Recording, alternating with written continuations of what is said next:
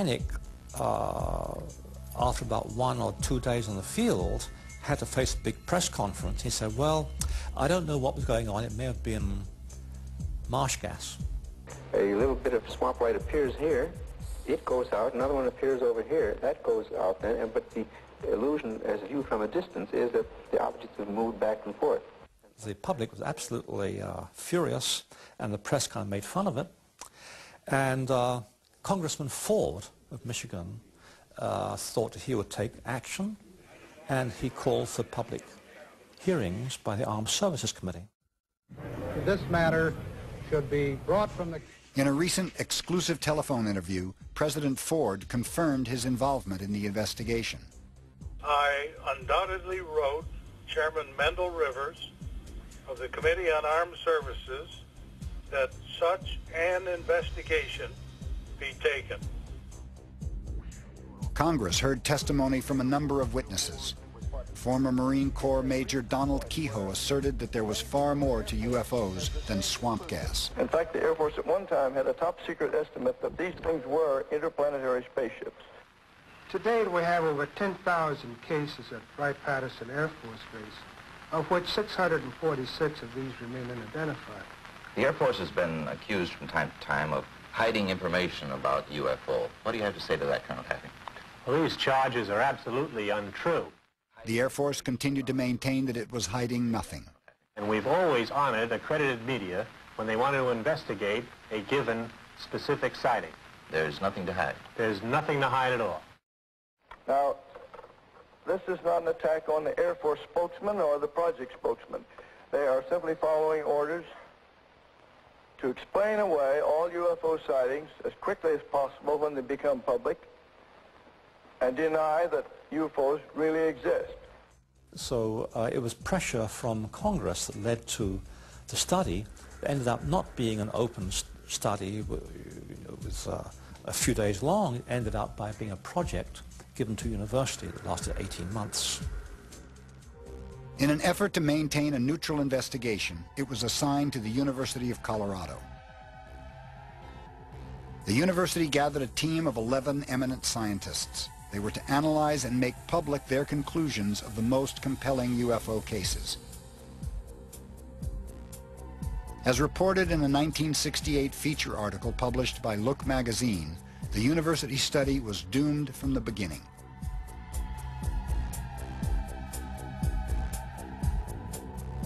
The project leader, Dr. Edward Condon, appeared to be biased from the start. In February of 1967, he stated, "My attitude right now is that there's nothing to it." He added, "But I'm not supposed to reach a conclusion for another year."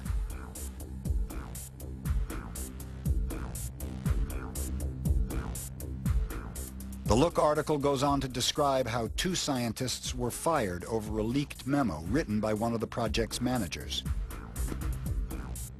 This memo dictated what the project's conclusions were to be before the project even started. The leaked memo read, "The trick would be, I think, to describe the project so that to the public it would appear a totally objective study, but to the scientific community would present the image of a group of non-believers trying their best to be objective, but having an almost zero expectation of finding a saucer."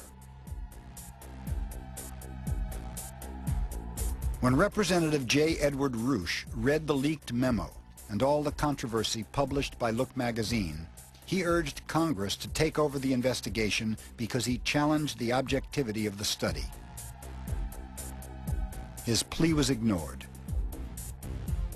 Left unchecked, the project chairman announced the conclusions to the anxiously waiting press. Dr. Condon stated that nothing has come from the study of UFOs that has added to scientific knowledge. It is not a fair and accurate summary of the body of the report, which a summary should be. 3 decades later, Dr. Peter Sturrock, an astrophysicist from Stanford University, takes a close look at some of the case studies never mentioned in Condon's summary. The Condon report is really a complex document. If you're looking for what they thought were wild goose chases, you'll find those. If you're looking to see whether there are any intriguing cases, that were really challenges to the staff, you'll find them. And if you want to see whether the staff thought anything was what they call, quotes, a real UFO, you'll find that too. There are 2 radiovisual cases analyzed by MacDonald and Thayer. In conclusion, although conventional or natural explanations certainly cannot be ruled out, the probability of such seems low in this case, and the probability that at least one genuine UFO was involved appears to be fairly high. Another case summary was that this must remain as one of the most puzzling radar cases on record, and no conclusion is possible at this time. And there are 2 photographic cases analyzed by William Hartman, who he thought were possible UFOs. This is one of the few UFO reports in which all factors investigated, geometric, psychological, and physical, appear to be consistent with the assertion that an extraordinary flying object, silvery, metallic, disc-shaped, tens of meters in diameter, and evidently artificial, flew within sight of 2 witnesses. But they do not feature at all in Condon's summary. The part that most people read, the part that the press referred to, were the few pages of recommendations and about 1 chapter, a short chapter of summary that were written entirely by Condon. While the panel of scientists conducted an objective investigation as requested by Congress, the project leader appeared to have ignored the data and asserted that there was nothing to the UFO phenomena. On December 18, 1969, the New York Times quoted Dr. Condon saying it was a bunch of damn nonsense and that he was sorry that he ever got involved with such foolishness. Condon's 30-year-old conclusions are still being used today as a benchmark to prevent further official scientific investigation.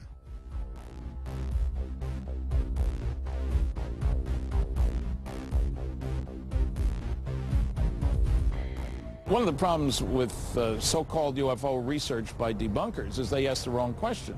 Their question is, what are UFOs? Really what they're saying is, are all UFOs alien spacecraft? And the answer, of course, is no. The proper question is, are any? It appears that many people in power are being kept out of the loop regarding the UFO phenomenon. At the same time, covert operations being conducted by the military-industrial complex seem to have escaped government supervision. In the councils of government, we must guard against the acquisition of unwarranted influence, whether sought or unsought, by the military-industrial complex.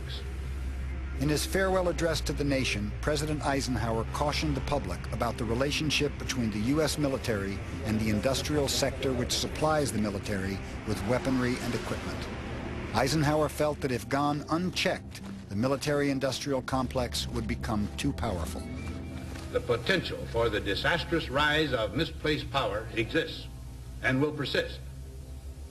We must never let the weight of this combination endanger our liberties or democratic processes. But I think he was telling us the military-industrial complex will stick you in the back if you are not totally vigilant. And I think he felt like he had not been vigilant. I think he felt like he trusted too many people. Brigadier General Stephen Lovkin served under President Eisenhower in the White House Army Signaling Agency. He recalls Eisenhower's concern with the military-industrial complex. He realized that he was losing control. He realized that the phenomenon of whatever it was that we were faced with was not going to be in the best hands, and those were as far as I can remember, that was the expression that was used. It's not going to be in the best hands.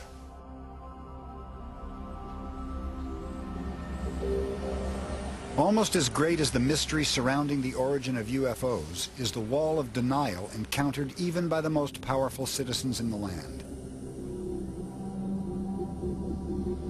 In October of 1969, President Jimmy Carter, who was then governor of Georgia, had a UFO sighting. He filed a report with the National Investigations Committee on Aerial Phenomena. In the report, he described a sharply outlined, self-luminous object about the size of the moon.